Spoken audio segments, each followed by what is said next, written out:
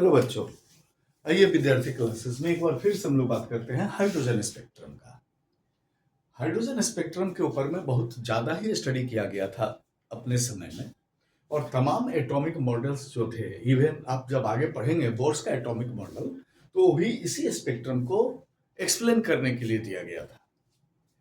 Hydrogen spectrum में हम लोग ऐसे बात कर सकते हैं कि अगर किसी भी टेस्ट ट्यूब के अंदर में या एक डिस्चार्ज ट्यूब के अंदर में आप हाइड्रोजन गैस को हीट कीजिए, by any means electrical spark से हीट कीजिए, तो क्या हो जाएगा, ये हाइड्रोजन जो है ना, ये सबसे पहले टूट के एटम्स में कन्वर्ट होगा, और फिर जो ये एटम्स है, ये इसका जो इलेक्ट्रॉन है, चूंकि एटम एक्साइटेड हो जाएगा तो इसका इलेक्ट्रॉन लोअर लेवल से हायर लेवल में जाएगा, और फिर जब हम सोर्सेस को बंद कर दें, हीट करना बंद कर दें, इलेक्ट्रिकल स्पार्क बंद कर दें, तो ये फिर क्या करेगा, हाइड्रोजन जो एक्साइटेड हुआ था ना, वो एनर्जी को रिलीज करेगा और अपने नॉर्मल या ग्राउंड स्टेट में आएगा, और जो एनर्जी रिलीज हुआ उसी एनर्जी का हम लोग स्पेक्ट्रम देखते हैं।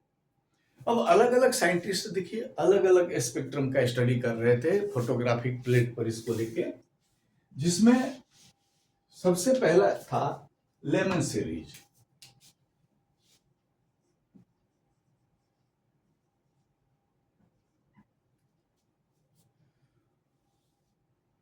दूसरा था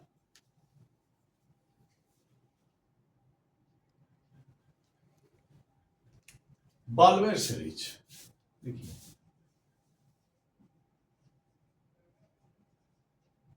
बाल्मेर सीरीज। तीसरा पार्शियन था, ये पार्शियन सीरीज है। चौथा में ब्रैकेट सीरीज। पांचवा पीफर्ड सीरीज, और छठा हो गया हम्फ्री सीरीज। तो ये अलग अलग सीरीज था, और तमाम सीरीज में वेव नंबर या जो वेवलेंथ निकालने का जो फॉर्मूला था, यह था, देखिए वेव नंबर, और ये है वेवलेंथ, और ये था 10.97 into 10⁶ 1/n1² minus 1/n2² metre पे -1। अब ये n1 और n2 क्या था, देखिए इसको समझने की जरूरत है। तो सबसे पहले हम लोग बात करते हैं लेमन सीरीज में।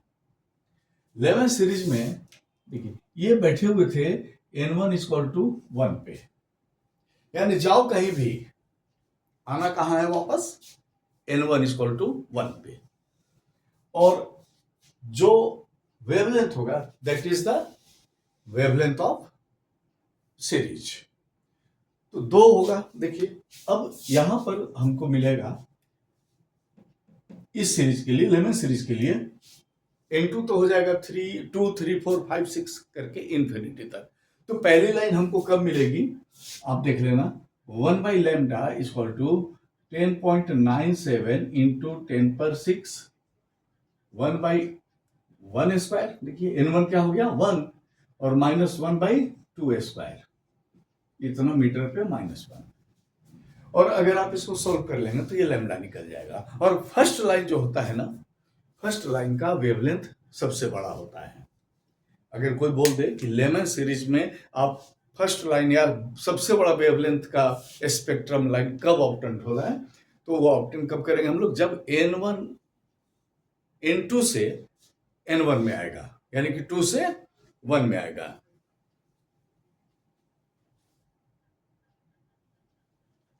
और ये किसी भी सीरीज के लिए लागू होगा, यानी कि first line has maximum value of wavelength, और लास्ट लाइन हमको किसी सीरीज में कब मिलेगा, देखिए 1/λ = 10.97 इंटू 10⁶ 1/1² माइनस 1/∞², इतना मीटर पे -1। और इसका वेवलेंथ सबसे ज्यादा होगा। तो सबसे कम और सबसे ज्यादा। और सबसे बड़ी बात है, देखिए ये अल्ट्रा वायलेट रीजन में पड़ा, लेमन सीरीज। इसके बाद आगे बाल्मेर सीरीज, ये विजिबल रीजन में है। इनके लिए N1 जो है ना ये 2 है, और N2 क्या हो जाएगा इनका 3, 4, 5, 6 से इंफिनिटी तक। तो जब अगर हम बाल्मेर सीरीज के लिए लैम्डा निकालेंगे तो बच्चों कुछ नहीं करना है, आपको यहां पर चेंज करना है, क्योंकि इसमें N1 हो जाएगा 2 और ये फर्स्ट लाइन होगा 3 से आएगा तब। देखिए, और लास्ट लाइन क्या हो जाएगा, 2 पर तो आना ही है, उसको कहां से आएगा इंफिनिटी पर, क्योंकि इसमें जो होता है ना जाओ कहीं भी आओ 2 पर। और जैसे इसको सॉल्व करेंगे मैक्सिमम वेवलेंथ का और मिनिमम वेवलेंथ का हमको मिल जाएगा लाइंस, और बाद बाकी तमाम लाइंस इसके बीच में हो गए। इसके बाद आ जाता है देखिए पास्चन सीरीज। इसमें जो है ना N1 इक्वल टू होता है 3, यानी कि जाओ कहीं भी आओ वापस कहां पर, थर्ड सेल में। और इसके लिए क्या हो जाएगा, देखिए इसके लिए हम लोग बात करेंगे तो सब कुछ वही रहेगा। ये N1 की जगह में हम लोग क्या लिख देंगे 3a² और N2 उससे आगे, यानी कि आना तो है हमेशा हाइयर से आएगा ना, तो ये 4 हो जाएगा। इसी तरह से ये N1 हो जाएगा 4 ब्रैकेट सीरीज में, तो कहां से आएगा 5 से।